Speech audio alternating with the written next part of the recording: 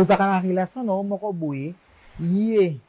azaka bien na mutu nyonso oui kozala bien na mutu nyonso ezalaka esukaka na bonjour mais kozala bien na mutu nyonso okendaka na bandako nyonso yo bafeti nyonso yo matanga nyonso yo babateme te yo nde okomi espion oyo atutisaka biso mitu songisongi oyo abetisaka biso makofi eza nde yo parce que mutu normal akozala moninga mutu nyonso te mokili esalama na shwa ndeni yo ponaka te non okozala ami de tout le monde te yo na ndenge ozalaka gentil na tout le monde nde masolo ya gauche elongwaka na gauche eye na droite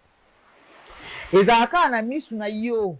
ami de tout le monde nde bato batongaka baninga yo omemelaka bango me ntango batongaka yo olobaka nini yo olobaka nini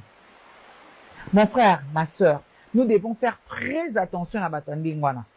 po mutu normal ate aza elombe ya ndenge nini ako chrétien ndeko na yo camarade na yo na misu na yo te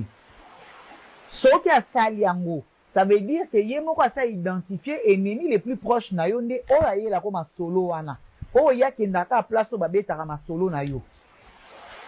oyo ayokaka place balobaka mabe na yo ayokaka yango ndeni sotan balobaka ye abatisaka nini akomiselaka yo te soko omoni ozaka na camarade moko oyo biso koko na biso aza kobenga makolo sata akotaka partout benga na ye problème na yo na vie eza nde ye soki aye boza kosola tia ye mal à l'aise kata lisolo soki akei bozongi eloba pusa ntana bovandi nie neti bana baodérange na classe comportement bavard donc ye soki aye bozongi aye bovandi mpena so akei bozongeli aye susu bokati parce que problème na bino na vie ezalaka ye nzambe na biso aza omnipotent aza omniprésent mais satan azalaka na besoin ya antenne relais mpona osala tala depuis obengana bato ebele pembeni omonaka te makambo no ekendaka bien